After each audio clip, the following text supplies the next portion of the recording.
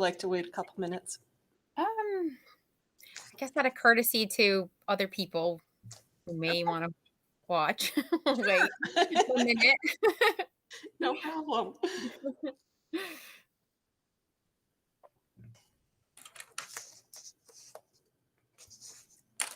Heather? Yeah. Is this open to the public? Yes. By law, it has to be.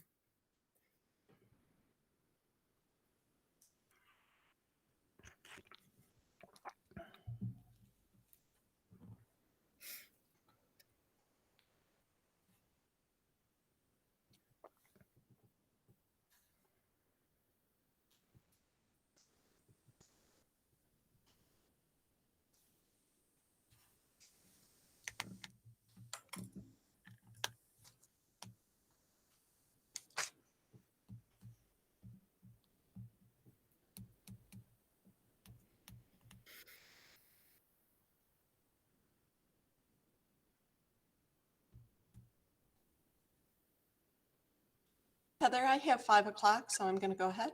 Okay. Sounds I'd good. like to call this meeting to order at the Board of Oswego City School District Board of Education Goal Workshop. Tom Chapa, Here. Heather Del Conte, Here. Pamela Dowd, Here. Lisa Glidden, Here. James McKenzie, Here. Sean Ahmet, Linda Serino, Here.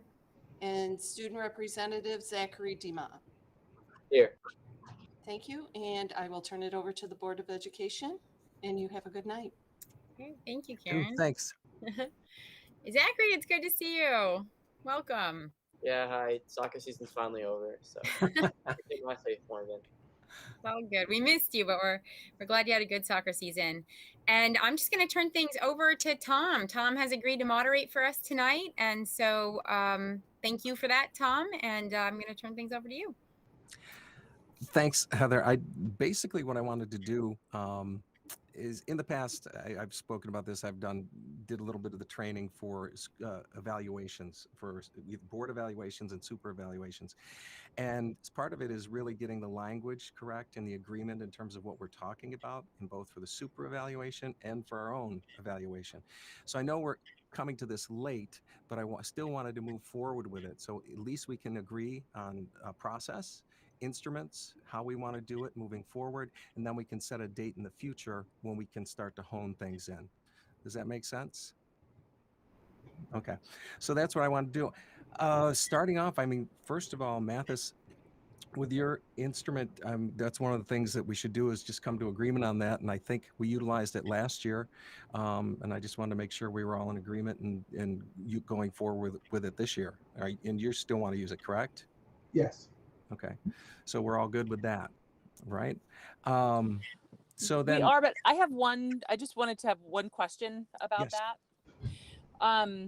Last year, there were a few of the questions on that rubric that we really didn't have enough data to be able to answer. And for some of it, it's not really data that we would ever really be able to answer. So I would like, maybe we can do this in draft form first, but I wouldn't mind going through it again and just maybe taking off some of the questions from the rubric so that Mathis doesn't have to prepare materials and we don't have to make a judgment on something that we really don't care about, or not that we don't care about, but that we don't have any evidence to, it's not something that we're interested in assessing. And that, Lisa, is part of this process as well, is getting that language refined. So, and part of it is agreeing on what type of data we'll use to support those things. How specific we are on the language of those goals, and that normally would come out of a workshop with a longer period of time, I think, and we'd be able to sit and discuss that. But where we are right now, I agree, and maybe we should have a sketch of that. So we are, again, talking apples and apples. We're looking at the same data, and then we can have objective data that we're going to use to evaluate from. And so just as a clarification, because I know last time we did this, there were a couple of different models that we had that we ended up with one. This time we're talking about the Council of School Superintendents the 2016 document. Is that the one we're talking about? I believe so. Mathis, that's the one? Yeah. Yes. Council superintendent model evaluation is on the head page. Mhm. Yes. Yeah. Okay. So, yeah, I So mean, go ahead. I think what Lisa's looking for may actually be, I gotta kind of think it through, but may actually be like executive session material, because you're really going to be like reflecting as you go through it on Dr. Calvin's evidence we have towards his performance, and that would actually be, I think, executive session material. And so I think Lisa's made a very good point, and I think that is something we probably should do. I think we've agreed, publicly agree on the tool is Instrument. okay. But Mhm. like, if we're going to go through and really kind of dissect it, I think that's probably executive session. I see Dr. Calvin nodding his head, so I think he's in agreement on that. Because it really will go to, what evidence we have for his performance. So I think but I agree with you, Tom, that we do need to have clearly defined goals and objectives with measuring marks Right. of our own, so that and looking at his and reflecting on his as well, and that's very public. So we need to make sure that our goals are discussed publicly. Mhm. Yeah, and I agree with that too, in the differentiation between the goals and the objectives as well, relative to us as a board, and setting objectives for ourselves and things that we want to accomplish during the course of the year. So I guess the other part that with the next part, do we want to use, and do we want to agree on utilizing the NISPA instrument for us? How do we feel about that in terms of self-evaluation and board evaluation? Did everybody get a chance to just kind of glance over it a little bit? I mean, structurally, they're very similar to Mathis's things in terms of the way they sit up with the rubrics and stuff. But what do we think about that? I'm fine with using that. It's another thing though, where I would want to add in, like, I think we may tonight set up some additional goals for ourselves that aren't reflected on the rubric. And it's fine. We can I'm fine with using that as the main structure, but I'd like to add some specific things that we want to help, for our own self-assessment. Mm-hmm. And that, go ahead, Heather, were you going to say something? Oh, I was actually getting my hair in my eyes, but I can also add that I think as we go through it, I mean, we can be very public too with our own evaluation of ourselves if we want to be.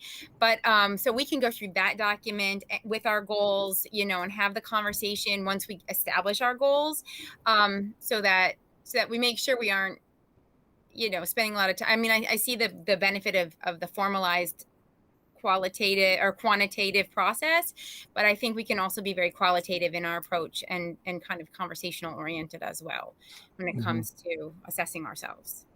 Right. And that the back part of that instrument does leave that, Lisa, for us setting up our own specific objectives and how we would do it in that open-ended back half. So, I mean, I think that's where we could structure that and put that in. So we're good on then utilizing this one so far? So we'll go with the NISPA one? All right.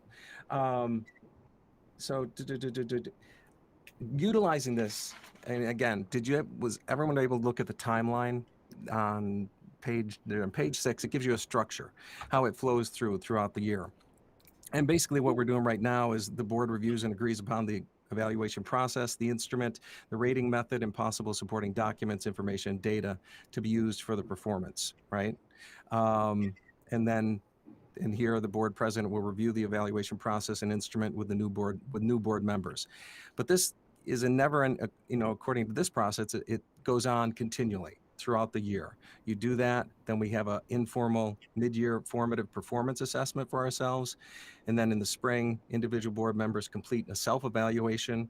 And then after there, we meet with the superintendent and we get into the specifics of things. And then at the end, again, you repeat the cycle again.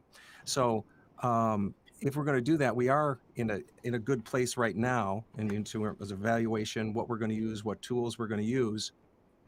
Now, do you want to look at our goals then, and the goals we currently have, and see if we just want to roll those over, ones we're currently using?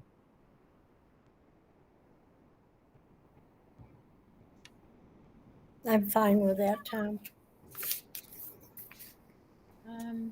Should we maybe go over them? Yeah, I mean, I I'll know have them. exactly what we're talking about. Okay, I'm talking about the Board of Education district goals that we have posted. Creating educational excellence, facilitate a culture and climate of inclusiveness and opportunity to support all students reaching their full potential, relate purposefully and productively with the community, make fiscally responsible decisions to ensure long-range sustainability. So how do we feel about that and still utilizing those and rolling forward and then integrating those with our strategic planning? Yeah, I have like a little nitpicky thing on the first goal in that like we're not really the ones who create the like we can maybe like create an infrastructure so that the teachers and administrators can do the you know I don't have the language in front of me, I'm sorry. It's pouring and I don't want to run into the building. So and then I would actually like to add one more for ourselves, which is to for this year at least to investigate means of establishing institutionalizing our knowledge so that it's not such a heavy lift when new people come onto the board. They can like have kind of like a cheat sheet of what happens when and you know Well, you're what talking to pay attention to. So you're talking about it like an onboarding process for the board itself? Well, and I mean, even just for ourselves as well, like, Mhm. you know, I feel like I've learned a lot and I've been keeping little notes for myself, but I think we can maybe have a Google document that does that same thing. You know, like we're serving on different committees. We're serving on, you know, we have the basics of what we're supposed to do in our policies, but there are some specifics that maybe would be helpful. You know, to be able to share our notes with each other and then with future people who come on the board. Okay. Heather, go ahead. Yeah, I was just thinking, I think we need to kind of be clear that those goals that are listed are the board's goals for the district. And then what Lisa's referring to is maybe board goals for ourselves, like expectations for ourselves. And so I think we need to distinguish between the two. Yes, we were wanting to attack both of them. So Lisa's right on task in terms of like things we want to do for ourselves and expectations we have for ourselves. But I guess, Tom, I'm wondering where you wanted to start. Do you want to start with these district goals? Well, I just want to say, yes, in the general conversation relative to the district goals, are we comfortable? We haven't defined any new ones. Are we comfortable with what we have and just rolling those over, maintaining those? So we would just be adjusting the date to 2021, 2022 and maintain those. What Lisa, what you're speaking to, I think would, and Heather, correct me if I'm wrong, but that's where we get down to objectives and goals. And that's an objective we could set up for ourselves that could really be a smart goal or a smart objective that we could time out and deal with like an onboarding process or an informative process for new board members. Right. And actually, thank you for that clarification because I was conflating those two things. I'm fine with those goals, but I also think someplace in there should just be like, we just spend a lot of time and energy putting together a strategic plan. And when I say we, it's like the whole district. Like, I think our goal for the district should be to like follow and continuously evaluate our strategic plan. Like, I think those should be in there someplace. Should that, I mean, we currently have 4 on there. Could we add that for a 5th, or would we like to replace that, utilize that and replace one of these? Anyone? I mean, I feel like a lot of those goals are in our strategic plan. But Well, I guess, are there any that are outside of our strategic plan? I mean, couldn't our goal just really be to align to the strategic plan and to adhere to? And then maybe we can get more specific about that. But are any of those goals considered outside of the strategic plan?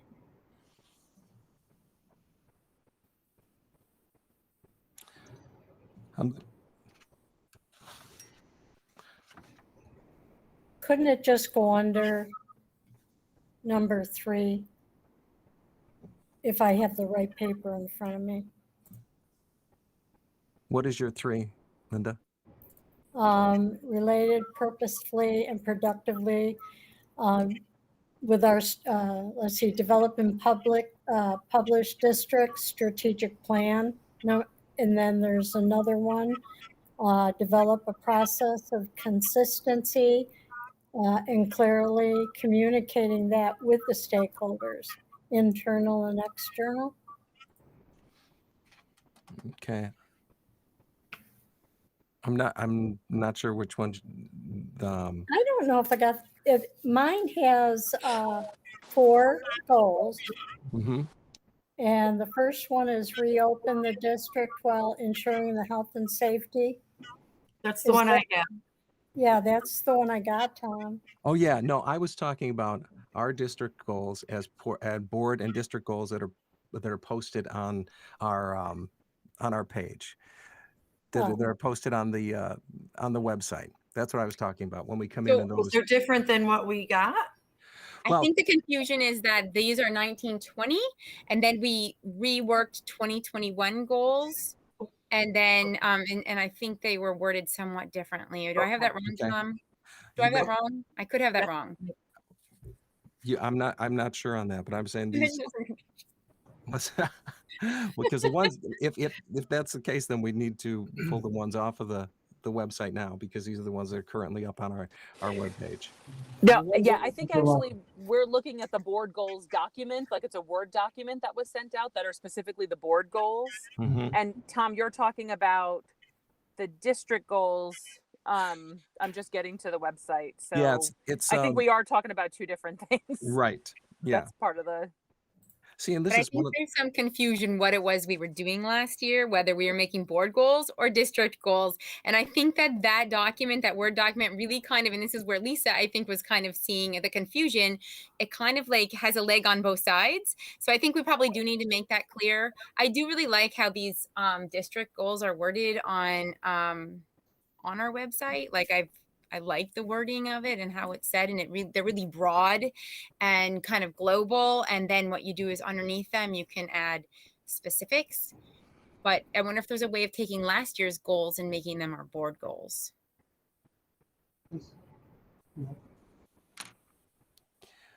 do we have, I mean, is that something we want to examine right now? I mean, we certainly can, if you want to take the time and bring those up, and let's see if we can fine tune that. Do you have that, Heather? It was sent to us via email by Karen. Okay. Yes. I got to pull it up again. But- But yeah. But as it was pointed out, the document that Karen sent us, it still says 2019, 2020, which the online one does, but the Mhm. language is different. So if Gotcha. you take the last one and the one Karen sent us, number 4 is ensure the district is operating in an efficient manner. Whereas the last one, imagine the analogous one on the website, is make fiscally responsible decisions to ensure long-range sustainability. Right, so there is a difference between those 2 documents. Which, if I'm just going to add my 2 cents, the one that's online that Mhm. says make fiscally responsible decisions to ensure long-range sustainability, Mhm. I would prefer that one to then, the other one that we received from Karen, the A that says complete and report outcomes of external and internal audits, and B, report end-year fund balance. That A and B, I might be wrong, but I think that's required of us by statute. I think you Mhm. have to make those reports anyway. So I'm not sure why those are really goals to do the job we're supposed to make sure is done. Where the overarching thing of making the decisions about sustainability, that's kind of more along the lines where I would hope it would be.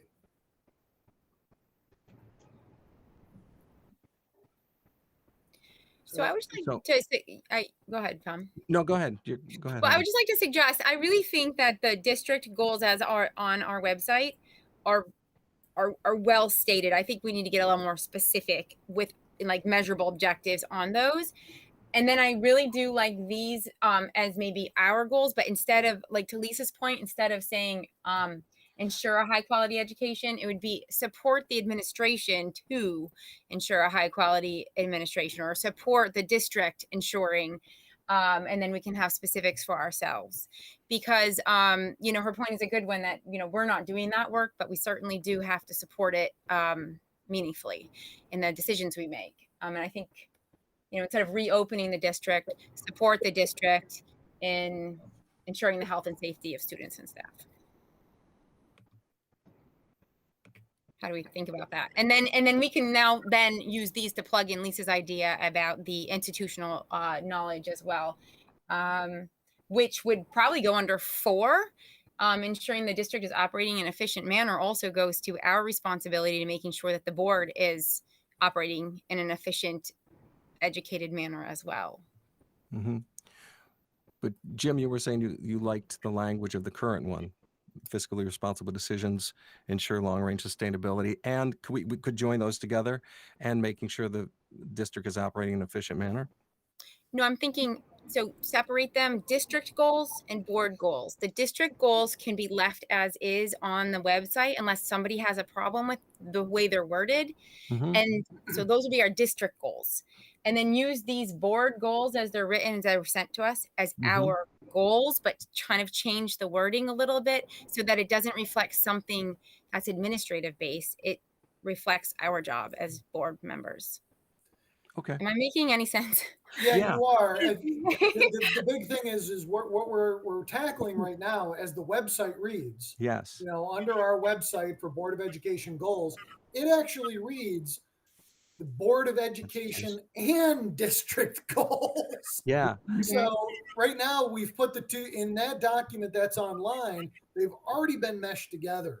And I do agree with you, Heather, that the goals we have for the district is different than the goals that we have for ourselves. And so we need to kind of find a way to separate in language while not separate in principle. Yes, they need to be very collaborative. And they also have to align to some extent to Mathis's goals as well, so that, our district goals and his goals do have to have some kind of a meshing. Yes.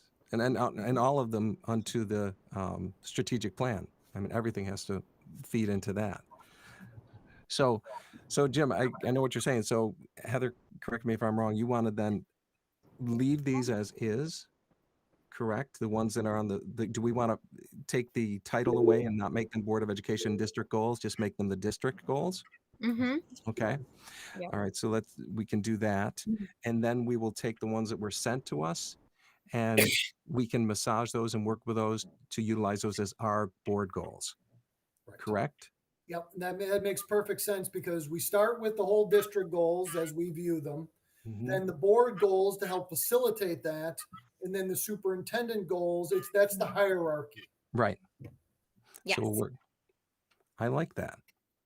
We'll get this. We'll get this right, you guys. Well, it's tough. It is confusing because of the nomenclature. You're going board goals, district goals, objectives. And so I'm really glad we're having this conversation and we can get some clarity on this. So I appreciate it. I do appreciate it. Okay. So that's where we are on those. Okay. So let's, if I may, not that I have any changes, but just as order of operations. If we're starting with the district goals, we're talking about 4 things, even though one of them is in quotation marks and 3 of them are with asterisks. Creating educational excellence, facilitate a culture of climate of inclusiveness and opportunity to support all students reaching their full potential, relate purposefully and productively with the community, and number 4, make fiscally responsible decisions to ensure long-range sustainability. So those are the 4 we're currently looking at as the district goals. Correct. Okay. Not that I have changes, but just to say it out loud. Right. And I think we just need to take a good look, and maybe Mathis, the strategic plan probably well, and those of you who are on the board or who are on the committee, just to ensure that these in no way contradict the strategic plan. And I don't think they do. I think they align with the strategic plan pretty closely. I think so. As I'm looking at them, everything on the page for the mission and vision statement and core beliefs of the strategic plan seem to support all of these. I was just thinking the creating of educational excellence, it's kind of broad. Maybe what we do is put something in there, if the board would be willing to put something in there about the strategic plan's core beliefs. We have a number of core beliefs that deal with inclusivity, equity, opportunities, all those different things. Maybe something, I don't know. I'm just thinking that first thing in parentheses, creating educational excellence. I'm not sure if you need that or not, but just wondering. Yeah, it's a good place to stick in, a comment about the strategic plan and adhering to the core beliefs of the strategic plan. So however we want to word that, I think it's a good place to put it. I think you just said it. Adhere to the core beliefs of our strategic plan. I think that, I mean, that's one way to phrase it, Heather, what you just said. Write it down quick, Tom. Because I think the inclusiveness and equity thing is kind of the second one, which is our first asterisk. They have that in there. So there was, I'd have to go back and look. I know, Dr. Calvin, you're much more involved with the strategic plan lately. We don't have our next meeting till next week. Right. I have a copy of the plan in front of me. There we go. I just very quickly, to adhere to and support the core beliefs of our strategic plan? Yeah. Or you can put in adhere to, the mission, vision, and core beliefs of our strategic plan. Okay. Makes sense? You get it all in there. You may not. Is that going in place of the creating educational excellence? That's very broad. You could take that out, and you could take out probably the number one star, and just make it all adhere to, or whatever Tom just mentioned. Well, that's what I mean. That is one thing. Our strategic plan hits on all of these things. Right. So I think to be a little more specific, I don't mind as an overarching thing to refer to our strategic plan, but I do think we should hit 4 main things: the education and well-being of our students, the inclusiveness and equity and everybody reaching potential, the relations with our community, and our fiduciary responsibilities to the taxpayers and the system.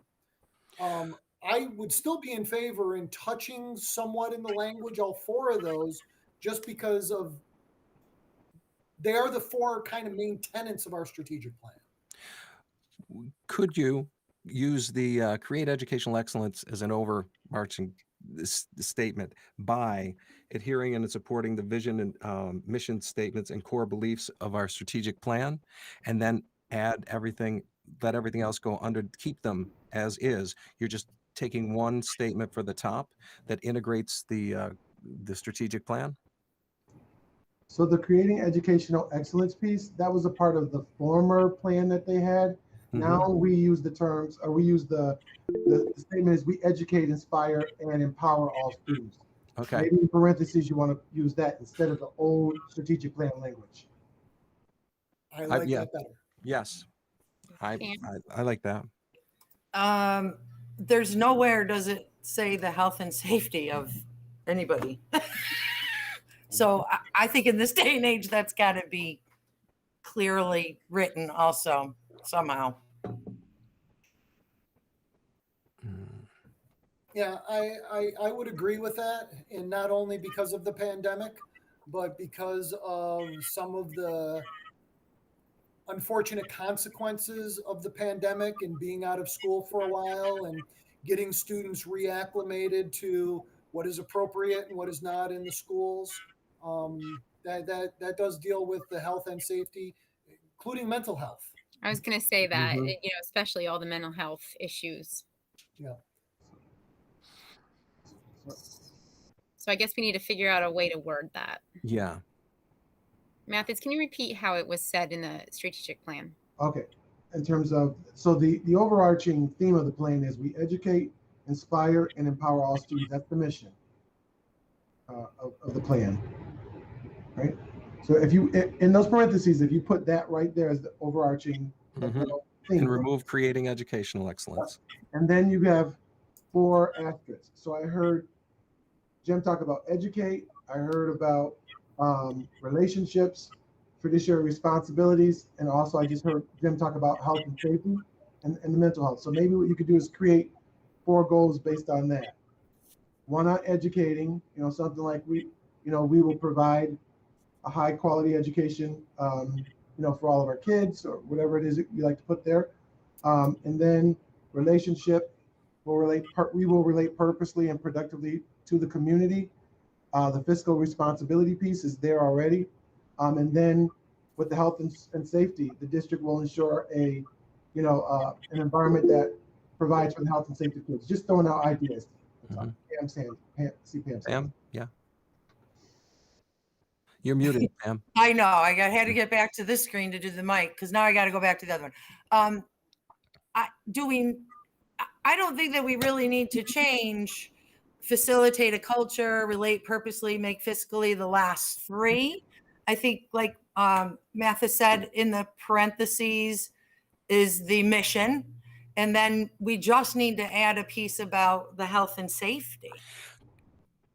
Could you integrate that into facilitate a culture of a safe, healthy and safe culture and climate of inclusion? Could you integrate those two into that second one? Health and safe. Facilitate. Health and safe. And that one's, I don't know, that's we're trying students to reach their full potential. That's falling under more of, I think, in the educational area. Mm-hmm. Not that health and safety isn't, but I think that just needs to be the fourth bullet, star, asterisk, whatever you want to call that thing, underneath the parentheses of our mission. Okay, so you'd have the mission statement at the top, correct, Pam? And then after that, Yes. immediately following that? Oh, you could, it doesn't, I don't know that it matters the order. Right. Although it kind of just goes in the order of other goals, just somehow in some sort of wording about ensuring the health and safety of students and staff. Yeah, yeah, students and staff. I like adding faculty and staff as well. So ensure the health and safety of all students, faculty, and staff. That works. Mm-hmm.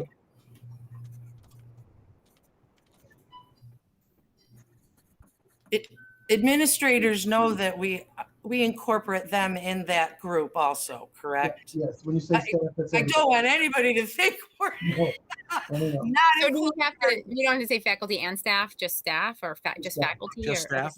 staff. Okay. And staff covers everybody. Okay. So ensuring the health and safety of students and staff. Yes. Okay. Okay.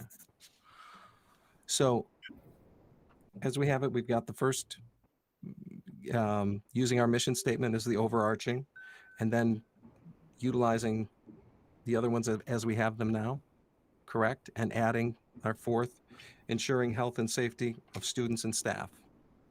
And we can, does that work?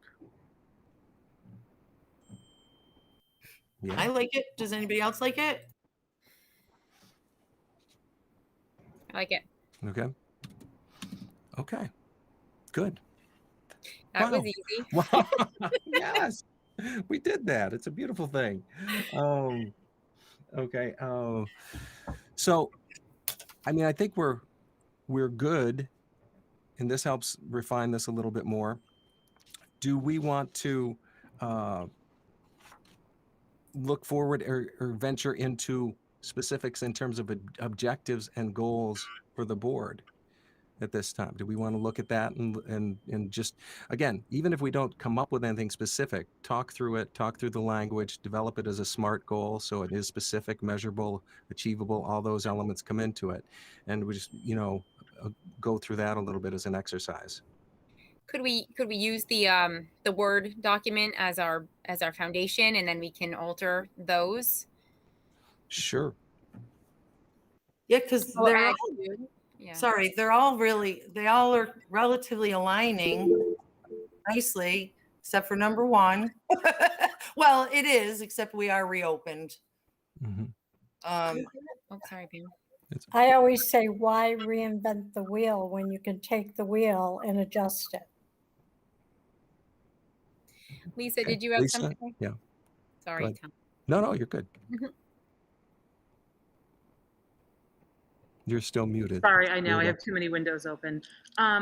Yeah, I mean, so one objective I really want to add for us is to investigate the possibility of setting up a nuclear reserve and or some other long-term, because I think we do need to start looking, you know, beyond what's going to happen when the plants shut down. Lisa, I'm glad you talked about that. And I had mentioned that as one that we could use as a specific objective, not necessarily in terms of getting the language changed, though we should, but that's the first step. So say that's our ultimate goal, is to start that nuclear reserve fund. So if we set a goal to meet with Will Barkley or go to Albany or meet with other people we have the language that needs to be changed relative to the legislation on it. So we make it a point within, and we set ourselves next quarter, we're going to meet with Will Barkley, we're going to meet with representatives, we're going to push that to make sure we could get the language changed that would open us and afford us the opportunity to then fund that reserve. And I'm using that as just an example, but that works perfectly for having a SMART goal. Get specific, measurable, attainable, it's relative, and it also has a time base on it. We lock ourselves in. Heather, I'm sorry. What I was thinking is we could take number 4 and just get rid of those 2 objectives because they don't make sense anyways. I mean, they make sense, but we have to do them anyways, like Jim pointed out. So it's a moot point. But we could change it to ensure the district is operating in an efficient and fiscally responsible manner. That is the goal. And then under our specific objective will be that both of the ones actually that Lisa brought up. And we can give them parameters, both to explore the nuclear reserve potential. And with Tom, we can have like even more specific if you'd like. And then also the institutional knowledge piece to make sure we're putting that together.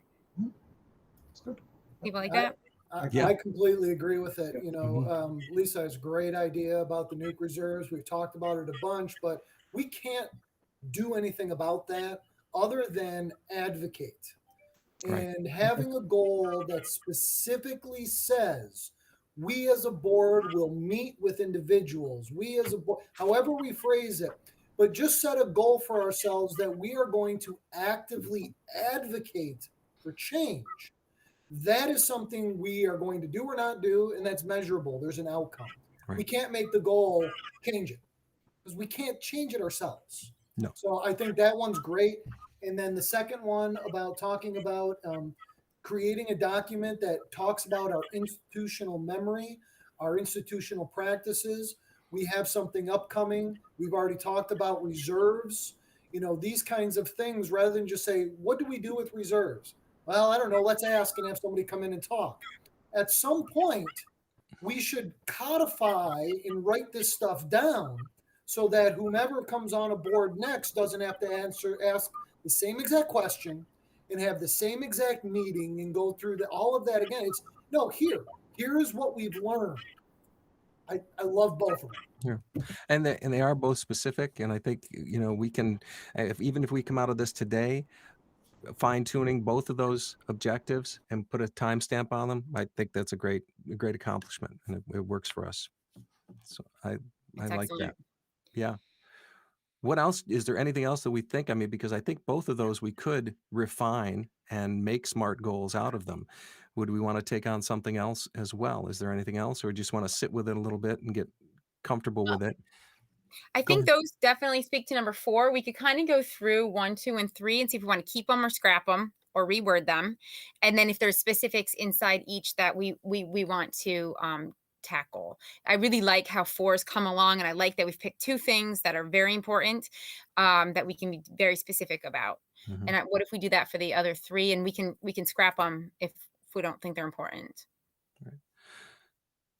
I'll just add, not that I'm saying we need to add another thing to 4, but you're going to hear me talk about it again, whether we add it or not.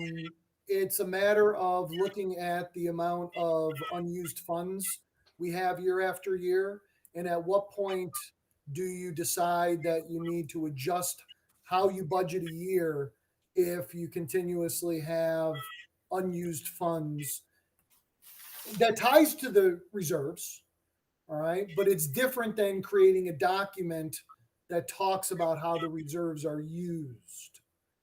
So again, I'm not saying that we have to do this right now, because really, to me, you have to go through a couple budget cycles to kind of see it. And the budget cycles right now are a little different with the pandemic. But this district has had unused funds for a while now, at the end of the year. And we have not been able to have, at least I have not, have a good sense of when is too much enough, or when is too much actually too much. I think, Jim, that I think would be a great question for the conversation we have with Rick Timms in terms of long range planning. And that would be able to say, okay, how can we look at the budget going forward, stay within those margins, plus or minus, but not get too heavy, and be able to judge or adjust and adapt moving forward. But I think that would be a great conversation to have with him. So then just to take out the low hanging fruit, how about something about 4C being working with financial advisors to understand short and long-term budgeting? Dr. Kelvin has something. Yeah. You're muted, You're muted. Mathis.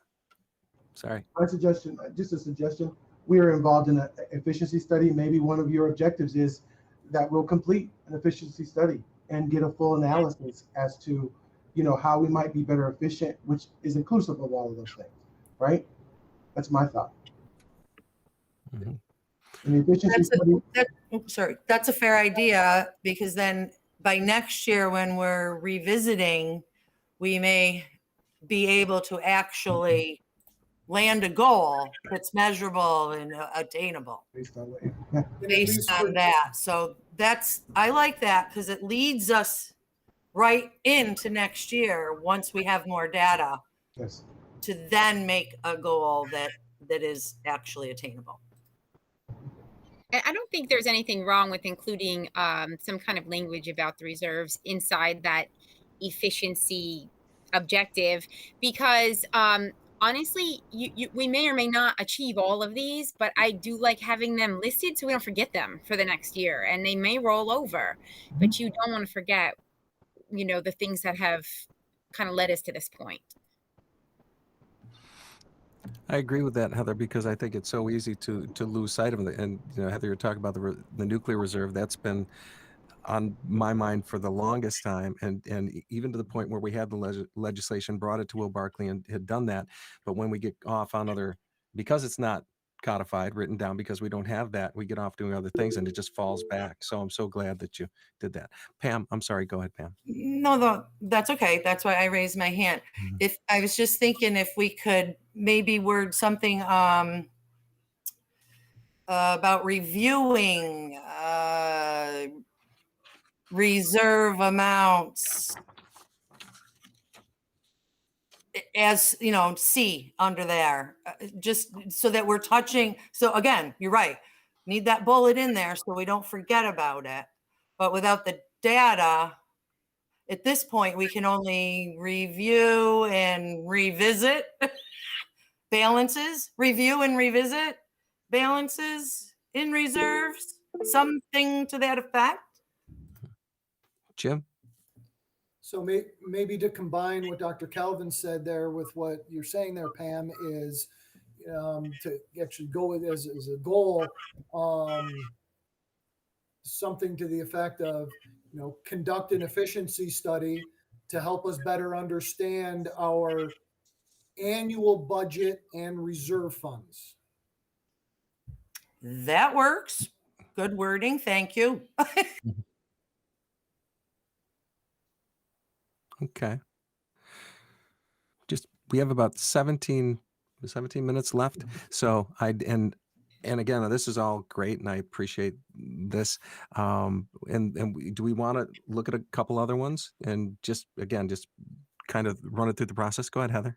Yeah, I would just suggest we just go through at least the bolded parts, Mhm. so that we can agree on the language, and then we can continue the process of filling in like the specifics as we think more on them.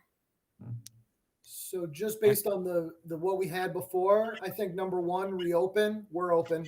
Right. I don't think we need to deal with that, and I don't even think we need to adjust it because, correct me if I'm wrong, Dr. Calvin, New York State actually came out with a law saying we needed a plan in case there's a pandemic or anything of the such again, and we've already done that, right?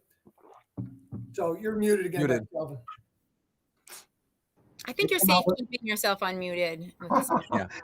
We came out with guidance and regulation, yes. Yes. That's So at least number one, we've not only done it, we followed the New York State regs and come up with a plan. So number one seems to be moot. at Taken this care point. of. But what if we did say support the district in ensuring health and safety of our students and staff, because we've made that's a district goal. So as a board, we're going to want to do that, like with policy, with where we put our money, those kind of things. That is definitely a goal for us. And as we reflect, if we don't come up with specifics, perhaps we can take it off then. But I'm wondering if just for now we leave it as support the district in ensuring the health and safety of our students and staff. Yep, I love it. Would that be okay? I know health's inclusive. Would it be too picky to say mental and physical health? No, I think the more specific you can get, the better. I Yeah. know, because when I think health, I think both, but Mhm. I think it's important for everybody to know that we include mental health as part of this. Yep. I agree, Jim. Good point. Because you're right. We all think of it all together, but the general public, generally, people don't. And I think that unfortunately, mental health has been avoided to be talked about out loud like it was a bad thing. And it's not a bad thing. Mental health is very important. And I think, yeah, I like that we define it. Go ahead, Heather. No, No, you no. go ahead, Tom. Well, no, I just wanted to make sure. I see Mathis is writing, and I just want to make sure we're getting. I mean, we can go back and are we recording this? Yes, we are. We Thank are. you. Yep. So good. We can go back and review and craft everything. I just want to make sure the verbiage gets written down too, because it is important, and and that we're all on the same page relative to that. So I'm sorry. Go ahead, Heather. No, all I was going to say is, we'll scrap A, obviously. And I think we just need to reflect on this and come back at it, soon. Or as people have ideas, bring them up in items under the board or whatever, so that we can start filling in the specifics of what this would look like in terms of objectives under those goals. Mhm.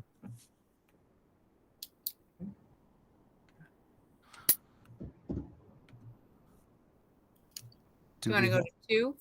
Yeah, let's go to that one. Okay. Ensure a high quality educational program for all students. I think Lisa had made a point on this one. Go ahead, Yeah, I Lisa. mean, so this one, I think that's just misworded for what we do, but one of the subheadings on there is about reviewing district data. And that is something that I think we do. So maybe, I didn't actually think through a different wording, but, something along the lines of like engaging with the district to review qualitative and quantitative data for the strategic plan and for for the strategic plan and for regular academic, or just academic data, period. Jim? Yeah, I like that particular one that Lisa's talking about, because with the new federal money we've had come in, we've actually done new hiring in the lines of TAs, in reading specialists. Dr. Calvin may have other ideas that he's going to bring to the board about ways to help our curriculum and help support our teachers so that we can increase all of these educational outcomes. So in my mind, if we increase, say, the number of TAs in certain elementary grade levels, if we increase reading, if we increase whatever, I would want to think of that as a baseline. And then at some point in the future, look and see, have we moved that mark? Has the needle moved? Because if we increase TAs or increase reading or increase any other positions and we see zero change, well, then what we need to do is reassess those things, maybe scale back and try something different. But because of all the federal money we have coming in right now, we're doing a lot of newer things. So I think that's a great point, Lisa. And like I said, we're kind of at a baseline that in where we're at. And we talked about this in the strategic planning, right? Where are we at now? Where would we like to be in the near future? So it's measurable. I like it. But the one thing it's kind of lacking though is time relevance. Would we want to put that in there any place? To me, I think it's like steering a battleship. But I mean, you're not going to make a pivot real quick on it. Oh, so, I agree, but would there still be? So would you just say we're looking at yearly? We look at it twice a year, quarterly, and check in to adjust just to see that data. Yeah. So I think Dr. it makes Calvin, sense to do it twice a year because that's when they're doing a lot of their assessments, right? Like I think STAR, they do fall and spring. And I mean, and Carrie brings it all to us anyway, but I get, Heather's point about if we have it in writing, this is what's, we have it in writing, so we'll know that we'll do it. Right. And I was just saying relative to the objective itself, have it in writing, but put a time, even if we put that twice a year on it, add that to it. So it becomes a little bit more specific. So we know. I think a lot of that's going to be coming around with the budget season when we look at what the needs of the district are, the classroom, extra reading teachers. So as the budget gets developed and, our leadership team and our staff talks to us about what they think the needs are. So I like the idea of half the middle and then towards budget the end here. And I guess going to what Lisa said, will that coincide though with the data that we have, with the testing, with the stuff we have something to evaluate? That's I was just trying to get a time relevance to it and be specific because I know, Dr. Calvin, we looked at that in the strategic planning, and I know in the follow-up meeting we're going to have on the 1st. I don't know at what time we decide, start to decide. Okay, these are the markers, and this is the data we're using. These are the times we will, just continue to monitor these moving forward. Mm-hmm. I think the middle and end of the year is great because we do look at data. Well, we look at, we do an opening of the year. We see where kids are when they come in, and we see in the middle of the year and then the end of the year. I think we can bring you beginning and middle in January. We can bring you the rest of it when we do the final poll in the spring. That sounds good. Looking at it twice a year is good. Okay. Heather? Yeah, I was just thinking, this is another one where if you just look at the goal itself, the dark part, the bolded part, we do need to say support the district in ensuring because that is our goal. We're supportive in nature. And also to Linda's point, when you look at the data, it's not that we're as a board going to be making the changes, but we are funneling money in the areas that are going to reflect the changes needed. So that's why it's important for us to understand that data fully and completely and understand like what Jim's saying, what positions worked out, what positions, do we need to add or take away or whatever. So that's the value of it. So I just think we need to change the wording to be support the district in ensuring. Mm-hmm. And then just really understand that when we write out the actual word of our objectives underneath that it's reflecting our supportive nature in those things.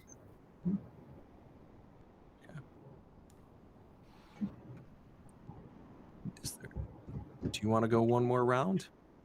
I think we have just one left to do, right? Yeah. I mean, I think, and that is one of the areas that I do think we could develop in terms of, we did the strategic plan is there, but how do we develop an ongoing process to relate to the community, not just as the district, because I think, Mathis is doing that, but also as a board, is there anything else that we could do as a collective? Lisa, go ahead. Okay, so I actually would advocate just getting rid of that completely because we did a strategic plan, and number two, we don't communicate with the public. Like, I mean, if we wanted to do, the public will often communicate with us, right? Individuals of us will get emails and we bring it to the board, but we don't have, like a platform, unless we're going to talk about like we want to like write, you know, quarterly letters to the editor, or we want to take charge of our like we're transparent with all of our meetings, we put up all of our documentation, but we're not a voice between the district and the public, I think. Pam?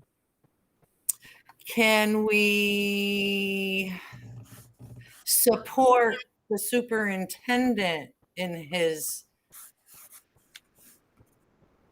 Communication. as he relates purposely and productively with the community? Because I think it's good to have it as one of our goals, but again, Heather, and much to Lisa's point, we don't, but we certainly want Mathis to, and we certainly expect him to, and he does, and we support that. So I think we should reference it. Can we just say that we would, support our superintendent in his communicating with the community? Jim? So I hear what you're saying, Lisa, but I'm going to take a little bit of a slant with it, and for two aspects. One, the strategic plan itself is not done yet. We're still working on it. I mean, we have a plan, but the implementation aspect, we're still going to engage with stakeholders. The board members are still involved. So while the plan is solidified, there are still aspects of it that need to be done to support the plan. So I'm not sure if we're completely done with that, just as an idea. I mean, we might be to the point where we are. But my other thing is, especially leading up and running for the board and going out to places and talking to people, one of the things that I think some of the community members wonder is why we make some of the decisions that we make. And sometimes things are brought to the board and we just, okay, motion, second, pass. Motion, second, pass. That I think sometimes we as a board, and I tried to do this myself, but explain what we're talking about, especially in some of these more hot button topic issues, rather than just voicing what our vote is, to actually talk a little bit more about what we're thinking and why we're thinking it, so that the community can understand why we're making our decisions. And so while the meetings are open and everything, I think the more we speak, the more we talk, the better people understand why we're doing what we're doing. And I'm not sure how to phrase that as a goal, but it's just a thought. Jim, my concern is that a lot of times it'll get voted down. So I don't know what you mean by letting the community know. It's already written down. And then there's like say Nancy will explain what it is and why. But when we vote our conscience. Sure. So in understanding, so usually a motion or a resolution, or motions in particular for our regular business, for your resolutions usually have this big whereas, and then you have the summary statement of what you're doing. Most of the things we deal with are just upon the recommendation of Dr. Calvin, first, second, and some of the background information about what we do. And I'm not saying for everything. Some of the things we do are technical. They're by law, they're perfunctory. We have to do them, but not everything.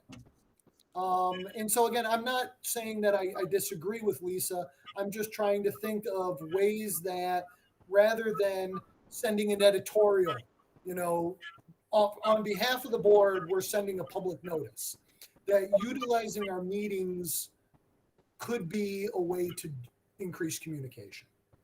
But again, first I thought of it. I'm thinking out loud. Heather?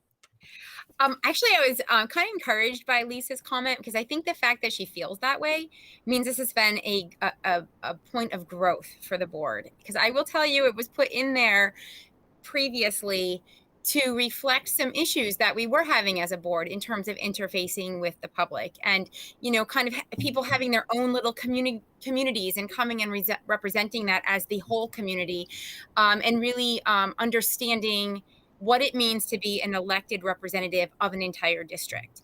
And so I think a lot has changed over the last 2 years in terms of communication, and so I'm encouraged, because I do think it's a point of growth as I look at that particular goal.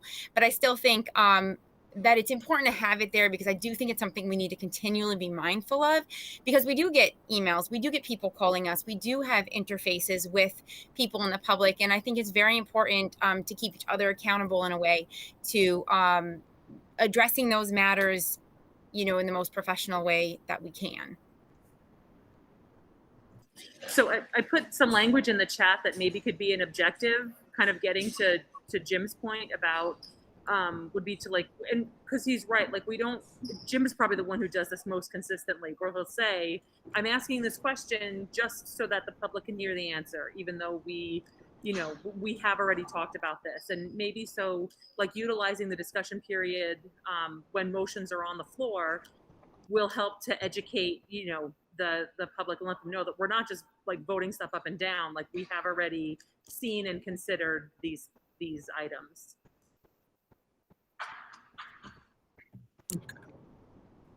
Well, I want to be respectful of everybody's time. It is 6 o'clock, and that's what we're scheduled to go for the hour. I'd just go around really quickly, and I'd be interested in seeing what you thought about this, and if it helped us moving forward, and just to find out what people think.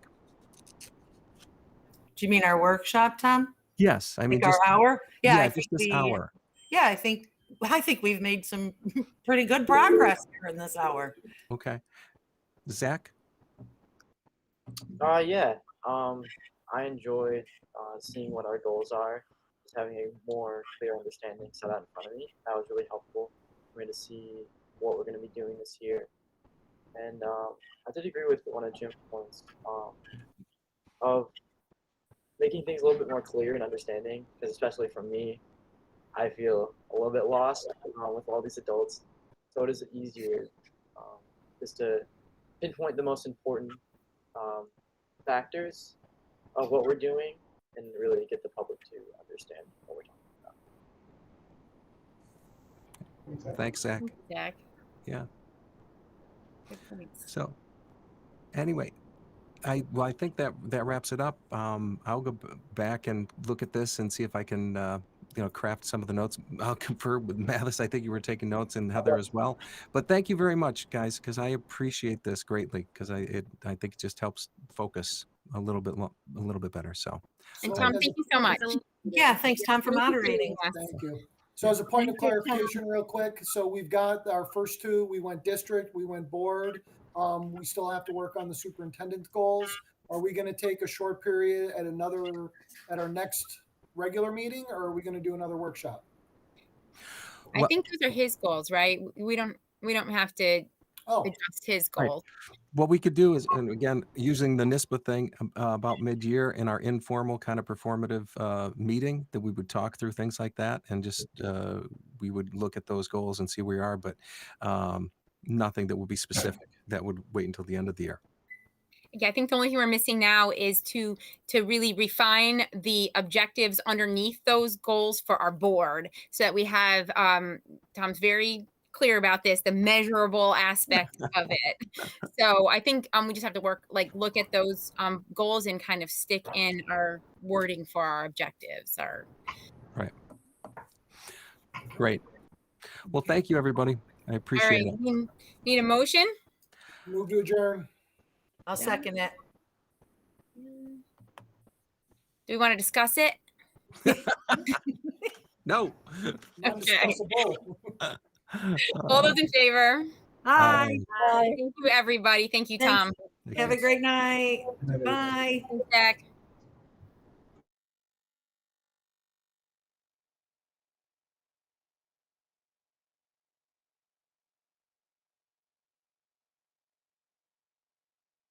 Whoa. All those in favor? Hi. Bye. Thank you, everybody. Thank you, Thanks. Tom.